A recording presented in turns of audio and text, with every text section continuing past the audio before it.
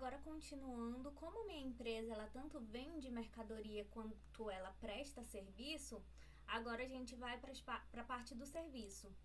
Vou verificar aqui na minha planilha.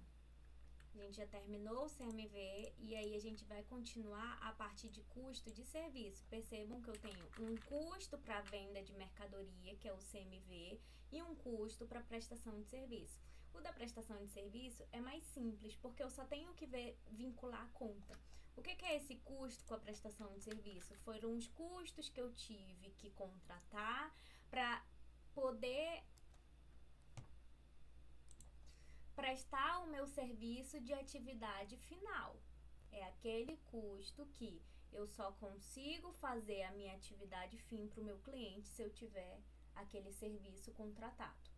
Então, esse é o custo sobre o serviço. Então, a gente pode verificar aqui que o que eu tenho? Eu tenho prestação de serviço, que é o código que eu vou já mostrar para vocês. Eu tenho a mão de obra para poder prestar aquela atividade fim.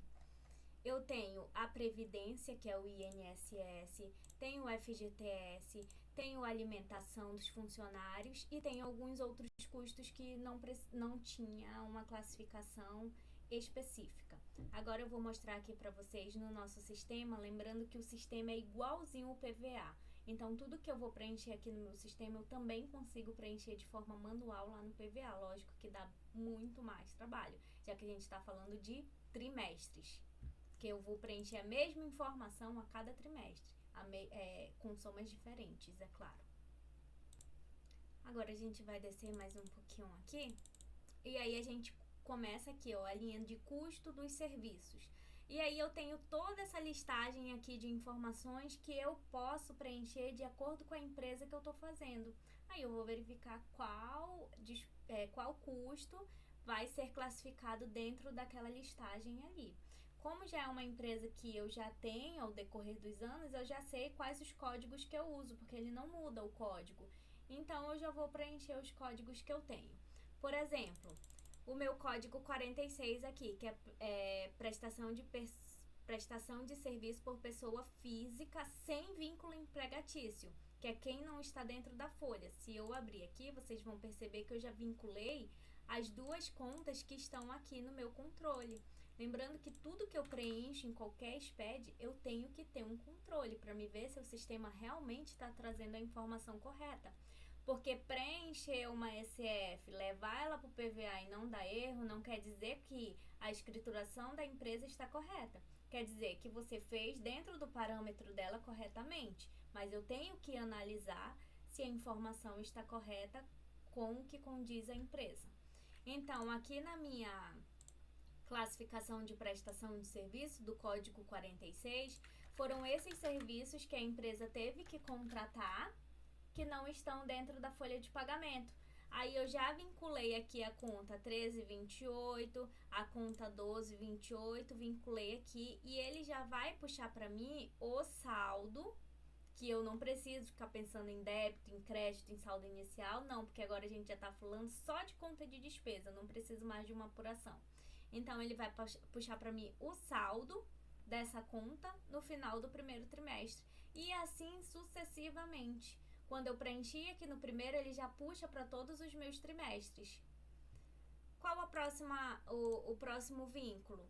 O próximo vínculo é aqui, ó, na alocação da mão de obra. Essa mão de obra são os funcionários que trabalham para minha atividade fim. E esses funcionários, eles estão em folha de pagamento. Por isso que ele foi separado de prestação de serviço. Então, a minha mão de obra está aqui, todas as minhas contas, e eu coloquei todas as mesmas contas aqui, vinculei tudo certinho. Qual é o meu próximo serviço? Eu vou fechar aqui, para não ficar muito grande. São os encargos sobre a folha de pagamento que eu tive da minha mão de obra. Tá aqui o INSS. Também está aqui na minha planilha. Eu verifico se o saldo está correto, para não dar erro, porque tudo isso é custo, tá dentro da DRE, ele vai vincular. O que a gente preencheu aqui, vinculou, vai confrontar lá com a nossa DRE. Qual o próximo? Eu tenho o FGTS sobre a folha, que também tá na minha planilha. Eu tenho alimentação do trabalhador, Que mais? E eu tenho outros custos que não tem especificidade aqui dentro. Lembrando que se tiver depreciação dentro de custo, tem um campo aqui de depreciação. E os outros custos que eu precisei para fazer a minha atividade fim aqui dentro. Então, esses são os meus custos. Tive tanto venda de mercadoria, que eu preciso da apuração do meu estoque, e eu tive prestação de serviço, que eu só vinculo as contas. E todos esses saldos têm que bater com a DRE, porque o PVA vai confrontar cada linha da DRE com o custo que vocês colocarem aqui. Então, essa é a minha parte de custo e finalizou. Tivemos CMV, custo da mercadoria vendida, e custo sobre a prestação de serviço também. E aí eu gosto de frisar aqui que, por exemplo, eu somei todos os meus custos, tanto de mercadoria quanto de serviço. Eu somo aqui o meu custo, ó, deu 3.272.000. E confronto a diferença com a minha DRE, que já é pra gente não caçar erro lá dentro da DRE. Olha aqui o total do meu custo, 3.272.000 na DRE, batendo com o meu custo que eu preenchi dentro do sistema que vai direto para o PVA.